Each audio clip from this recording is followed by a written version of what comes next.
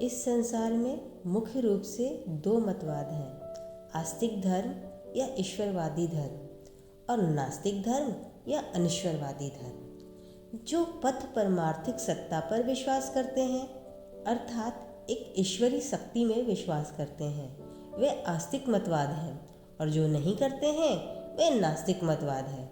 लेकिन क्या आप जानते हैं स्वामी विवेकानंद ने किसे नास्तिक कहा है? तो वीडियो के अंत तक जरूर बने रहिएगा। तो आइए वीडियो में आगे बढ़ते हैं। जैन धर्म, बौद्ध धर्म और सांख्य अनिश्वरवादी हैं। हालांकि योग ईश्वर के अस्तित्व को नकारता नहीं है, लेकिन सत्य उपलब्धि के लिए ईश्वर की भूमिका इसमें न के बराबर है। दार्शनिक स्तर पर भले ही योग और बौद्ध दर्शन में थोड़ा मतभेद हो, लेकिन साधना के स्तर पर दोनों में कोई विशेष अंतर नहीं है। आध्यात्मिक सत्य को उपलब्ध करने के लिए मुख्य उपादान मन है। कहा जा सकता है कि सबसे इम्पोर्टेंट एलिमेंट माइंड है। चाहे आस्तिक धर्म हो या नास्तिक धर्म, मन के साधना की आवश्यकता सभी स्वीकार करते हैं। अज्ञान के घने आवरण को भेद कर सत्य आविष्कृत करने के लिए मन के तेल की धार के सदृश निर्विच्छिन्न ध्येय वस्तु का एकाग्र होना आवश्यक है। एकाग्रता कैसे मिल सकती है?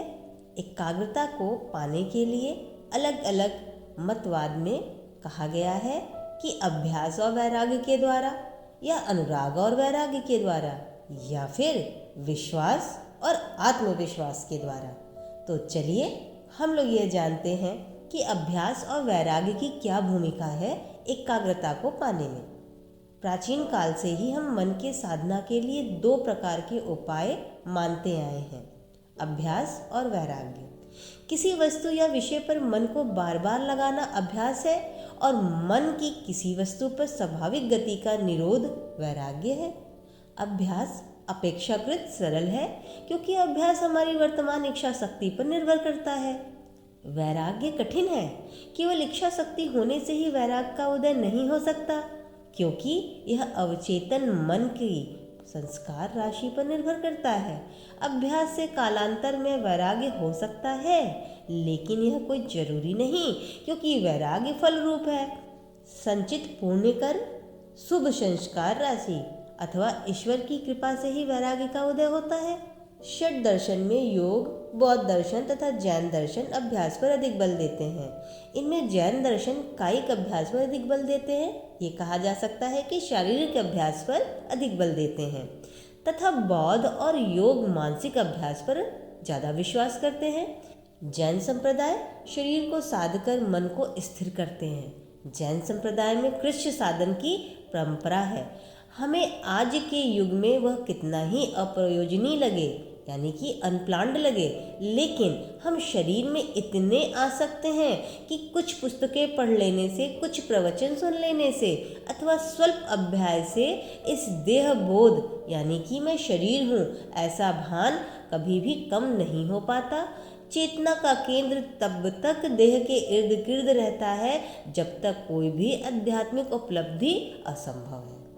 ऐसा कह सकते हैं, जैन साधक शरीर को साधकर मन को वशीभूत करते हैं और इस देह बोध को दूर करने का प्रयास करते हैं। शरीर और मन चूंकि परस्पर संबंधित हैं। स्थूल शरीर क्या है? स्थूल शरीर वह शरीर है जो कि पंच तत्वों से बना है, जल, थल, आकाश, वायु, अग्नि, है ना। इन तत्वों से मिलकर जो शरीर बनता है उसे हम स्थूल शरीर कहते हैं। अतः स्थूल शरीर को पकड़कर जो कि सहज ग्रहण करने योग्य है, सूक्ष्म मन को साधा जा सकता है। बौद्ध और योग के साधक सीधे मन को ही ध्यान का विषय बनाते हैं। मन की क्रिया विधि को समझकर उठने वाली वृत्तियों का निरोध करते हैं। जैन और बौद्ध चूंकि परमार्थिक किसी सत्ता पर विश्वास नहीं करते, अतः वैराग्य को प्रथम ही स्वीकार करना इनके लिए कठिन है। सांसारिक सुख भोग को छोड़ने हेतु कुछ तो हेतु होना चाहिए।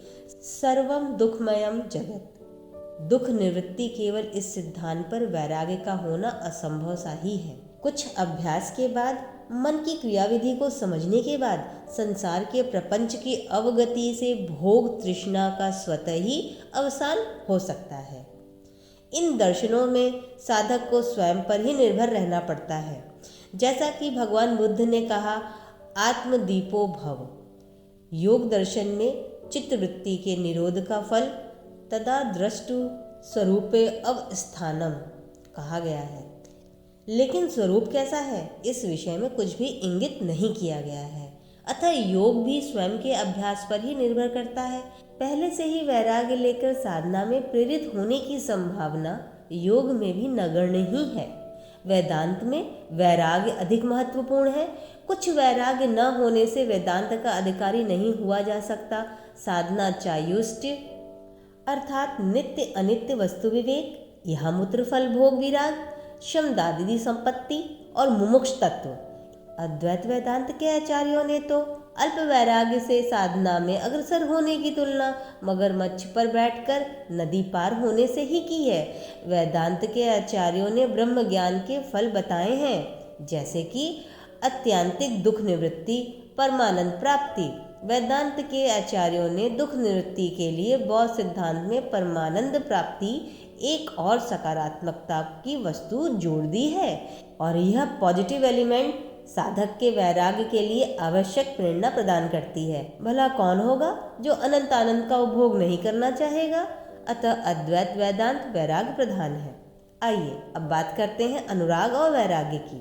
वेदांत के भक्ति संप्रदायों ने भी वैराग्य पर अधिक जोर दिया है, लेकिन यह वैराग्य अद्वैत वेदांत के वैराग्य से कुछ सहज और सरल है। इनके अनुसार ईश्वर पर अनुराग होने से विषयासक्ति स्वतः ही क्षीण हो जाती है। जिस प्रकार एक रेखा के सामने बड़ी रेखा खींचने से पहले वाली रेखा छोटी लगने लगती है, ठीक उसी प्रकार भक्ति मार्ग में वैराग्य के लिए अलग से प्रयत्न करना नहीं पड़ता। जैसा कि श्री रामकृष्ण कहते हैं, अनुराग रूपी बाघ काम क्रोध आदि रिपुओं को खा जाता है। ईश्वर पर यदि प्रेम हो जाए तो उसका आकर्षण इतना अधिक होता है कि सांसारिक भोग उसके समक्ष छोटी जान पड़ती है। ऐसे साधकों को देवी सहायता देने में उसका मार्ग बहुत सुगम हो जाता है। प्रेम होने से शरणागति का भाव आता है। श्री रामकृष्ण इसकी तुलना बिल्ली के बच्चे से करते हुए कहते हैं कि बिल्ली के बच्चे को कोई चिंता नहीं है, उसकी माँ उसे चाहे जहाँ भी रखे वह माँ पर निर्भर रहता है। यह अनुराग स्वयं में साधना भी है और साध्य भी है। तीव्र अनुराग ही प्रेम है। यह प्रेम सर्वोपरि है, और कई आचार्य तो ज्ञान को भी इस प्रेम से ऊपर मानते हैं। आइए अब बात करते हैं कि एकाग्रता में विश्वास की क्या भूमिका है।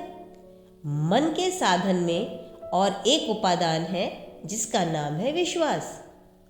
कहा जा सकता है कि विश्वास एकाग्रता के सबसे इम्पोर्टेंट एलिमेंट है। श्री रामकृष्ण परमहंस ने इस उपादान की महत्ता जिस प्रकार उजागर की है वह अभूतपूर्व है। उनके अनुसार ठीक ठीक विश्वास होने से इसी क्षण वस्तु लाभ होगा। विश्वास और ज्ञान में गहरा संबंध है। जितना विश्वास बढ़ेगा उतना ही ज्ञान में वृद्धि होगी। याद रखिए, भगवद गीता में श्री कृष्ण ने भी कहा है, दुराचारी होने से भी यदि कोई मुझे अनन्य भाव से भजता है तो उसे साधु ही समझा जाना चाहिए। कालांतर में वह मुझको प्राप्त कर ही लेगा। तो आप अब समझे, विश्वास में इतनी सामर्थ्य है कि वह साधक को बेचाल नहीं होने देता। आध्यात्मिक परंपरा में दर्जनों से ऐसे साधक हैं जो विश्वास के बल पर ही सिद्ध अवस्था को प्राप्त हुए हैं। तो चलिए बात करते हैं आत्मविश्वास और विश्वास की। स्वामी विवेकानंद कहते हैं, प्राचीन धर्म कहता है जिसे ईश्वर पर विश्वास नहीं वह नास्तिक, लेकिन नया धर्म कहता है कि जिसे स्वयं पर विश्वास नहीं वह नास्तिक है। यह उक्ति अति महत्वपूर्ण है। संशयात्मा विनश्यति। इस संशय मूल में ही आत्मविश्वास का ह्रास होने लगता है, अर्थात आत्मविश्वास धीरे धीरे घटने लगता है। विश्वास न केवल आध्यात्मिक क्षेत्र बल्कि यह आत्मविश्वास के जीवन में प्रत्येक क्षेत्र में ही महत्वपूर्ण है। इसलिए हम जो भी कार्य करें उसे पूर्ण विश्वास से करना चाहिए, न कि संशय के साथ करना चाहिए। एक सफल और असफल व्यक्ति में जो अंतर है वह अंतर आत्मविश्वास का अंतर ही है। ये कहा जा सकता है कि आत्मविश्वास के आध्यात्मिक जीवन के लिए आज के चर्चा के आधार पर बताए गए विश्वास को प्राप्त नहीं किया जा सकता। अवतार पुरुष श्री रामकृष्ण कहते हैं, इस प्रकार का आत्मविश्वास चाहिए मैंने माँ का नाम लिया है, मुझे क्या पाप स्पर्श कर सकते हैं। ऐसा आत्मविश्वास आत्मश्रद्ध होकर साधक अमृत फल का अधिकारी हो सकता है। आज के वीडियो की चर्चा विवेक ज्योति में प्रकाशित भारतीय धर्मों में मनोनिग्रह तथा उसके उपादान, जिसे स्वामी गीतेशानंद महाराज जी ने लिखा है, उसी पे आधारित है। आशा है आप सभी के लिए उपयोगी सिद्ध हुई होगी। कल्याणमस्तु का वीडियो यदि आज आप पहली बार देख रहे हैं, कल्याणमस्तु को अवश्य सब्सक्राइब करें, मित्रों के साथ शेयर करें, लाइक का बटन दबाएं और आप सभी के कमेंट से एक बहुत ही पॉजिटिव एनर्जी का एहसास होता है। आप सभी का बहुत बहुत धन्यवाद।